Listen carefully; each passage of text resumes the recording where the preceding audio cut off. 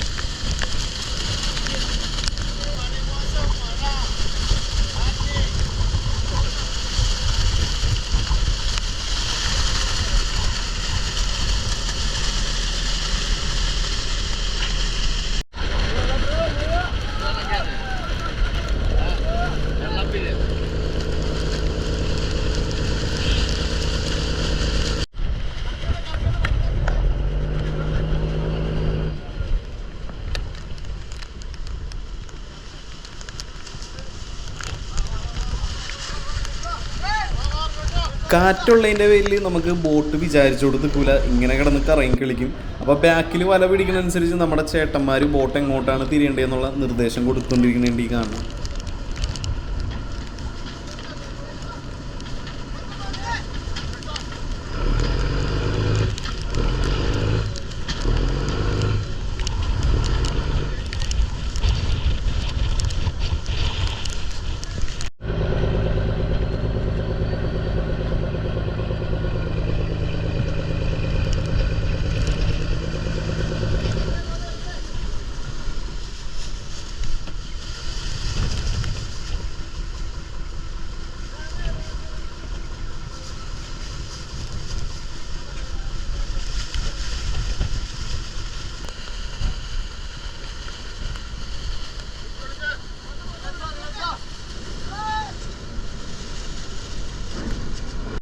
വലയിൽ കുടുങ്ങി കിട്ടിയ ഒരു ഭീമം മരത്തടിയാണ്ട് ഈ കാണുന്നത്.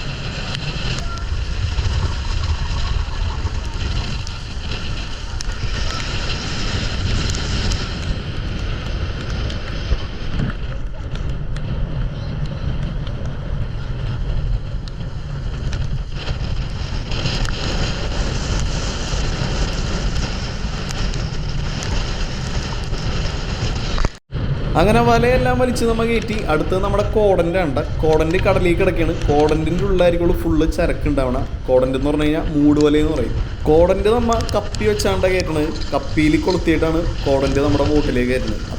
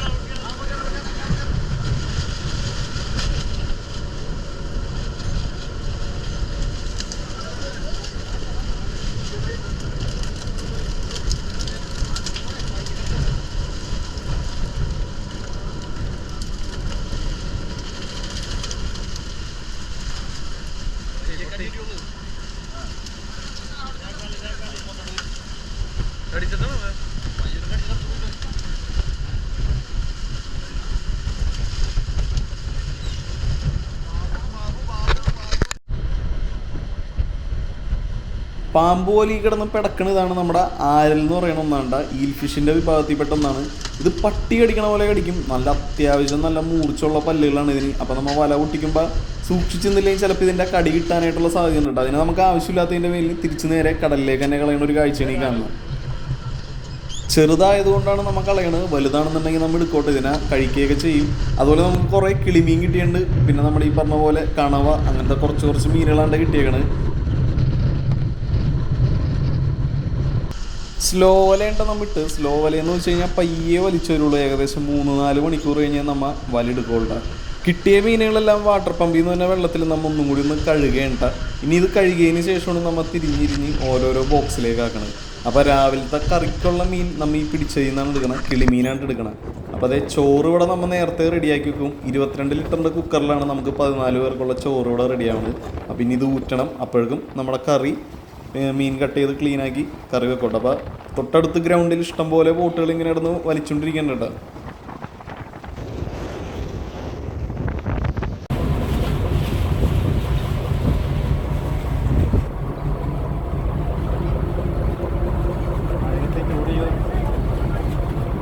കിളിമീനല്ലേ?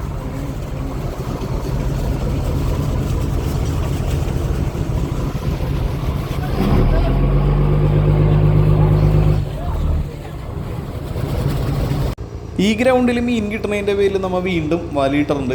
അപ്പോൾ ഈ വലയിട്ട് വലിച്ചുകൊണ്ടിരിക്കുന്ന സമയം കൊണ്ട് നമ്മിപ്പോൾ കിട്ടിയ മീനുകളെല്ലാം തിരിഞ്ഞിരിഞ്ഞ് ഓരോരോ ബോക്സിലേക്ക് ആക്കിക്കൊണ്ടിരിക്കുന്നു.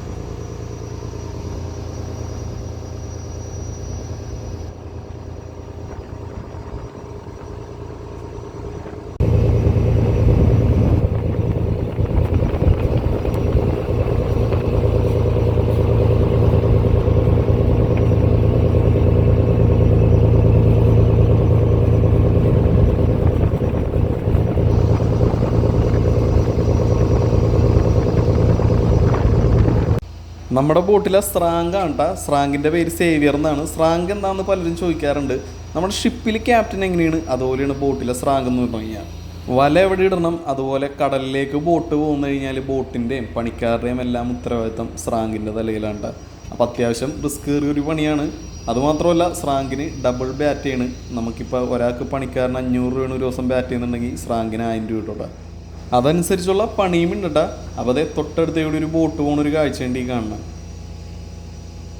രാവിലെ പിടിച്ച വലയിലുണ്ടായ കിളിമീൻ്റെ അടുപ്പത്തിരുന്ന് വേവണ ഒരു കാഴ്ചയുണ്ടത്.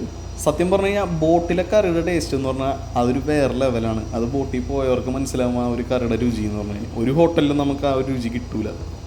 കിട്ടിയ മീനുകളെല്ലാം തിരിഞ്ഞ് ഓരോരോ ബോക്സിലേക്ക് ആക്കിയിട്ടുണ്ട്. ഇനി ഇത് നേരെ കൊണ്ടുപോയി നമ്മൾ സ്റ്റോർ റൂമിൽ സ്റ്റോർ ചെയ്യാനായിട്ടാണ് പോകുന്നത്.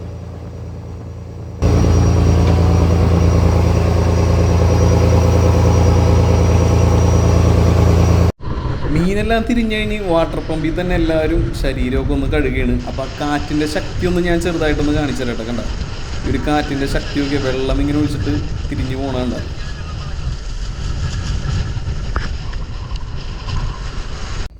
പിടിച്ച മീനുകളെല്ലാം നമ്മൾ നേരെ സ്റ്റോർ റൂമിലേക്ക് ഇറങ്ങിയാണ്. അപ്പോൾ പലരും ചോദിക്കണ കാര്യമാണ് ബോട്ടിൻ്റെ സ്റ്റോർ റൂം എവിടെയെന്നുള്ളത്. ബോട്ടിൻ്റെ സ്റ്റോർ റൂം തന്നെ ബോട്ടിൻ്റെ ബേസ്മെൻറ്റിലായിട്ടാണ്. അപ്പോൾ നേരെ നമുക്ക് ഉള്ളിൽ കയറിയിട്ട് സ്റ്റോർ ചെയ്യണ ഒരു കാഴ്ച കണ്ടേച്ചും വരാം.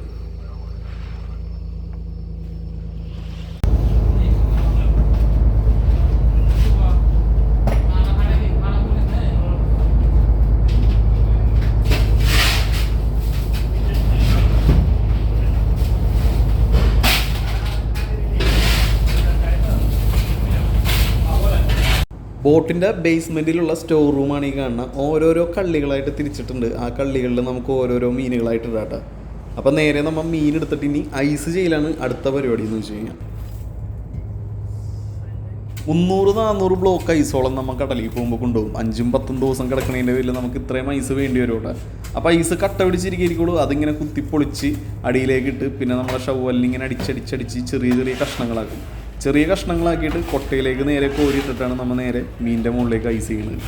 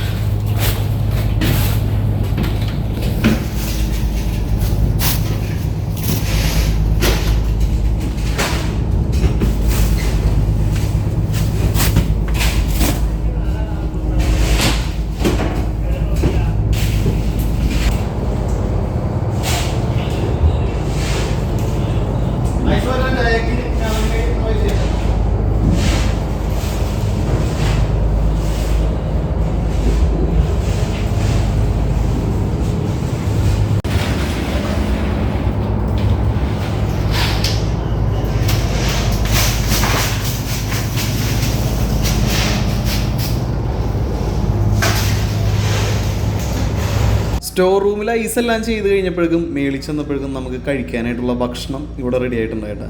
അപ്പോൾ പ്ലേറ്റിനകത്ത് എല്ലാവർക്കും എത്തുന്ന രീതിയിൽ ചോറ് വിളമ്പി കൊടുത്ത് അതിൻ്റെ പുറകെ എല്ലാവർക്കും എത്തുന്ന രീതിയിൽ കറി വിളമ്പി കൊടുക്കുന്ന ഒരു കാഴ്ചയിൽ കാണാം. നല്ല അടിപൊളി കിളിമീനും ചോറും കൂടിയും കൂട്ടി ഒരു പിടി പിടിച്ചിട്ട് വരാം നമുക്ക്. വാ.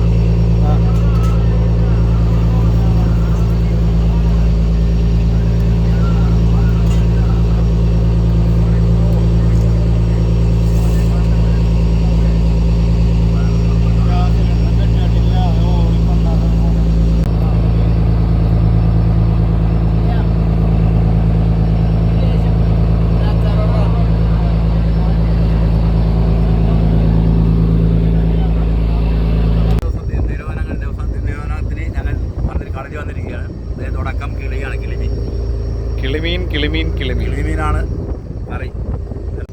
ഭക്ഷണമെല്ലാം കഴിച്ചു കഴിഞ്ഞ് പ്രതീക്ഷകളോടെ വീണ്ടും നമ്മൾ വലവലിച്ച് മുന്നോട്ട് പോയിക്കൊണ്ടിരിക്കുകയാണ്. പടിഞ്ഞാട്ട് നോക്കാൻ നേരത്ത് നല്ല അടിപൊളി മഴക്കാരൊരെണ്ണം വെച്ചുകൊണ്ട് വീണ്ടും മഴയായിരിക്കുള്ളൂ എന്നാണ് തോന്നുന്നത്. അപ്പോൾ അതെ, ഈ വല വലിക്കണം 3 മണിക്കൂർ നമുക്ക് കിടന്നുറങ്ങാം. സ്രാങ്ക് ഉറങ്ങിയിട്ടില്ല, സ്രാങ്ക് കിടന്നുറങ്ങിയാണ്. അതുപോലെ ഇതിൻ്റെ അടിയിലും നമുക്ക് കിടന്നുറങ്ങാനായിട്ടുള്ള സൗകര്യം ഉണ്ട്. ഇതുപോലെയാണ് ഞങ്ങൾ കടലിൽ പോകുമ്പോൾ ബോട്ടിൽ കിടന്നുറങ്ങുന്നത്. വീൽ ഹൗസിൻ്റെ ഉള്ളിൽ ജോമോൻ ചേട്ടനാണ് സ്റ്റിയറിങ്ങും ഇരിക്കണത്.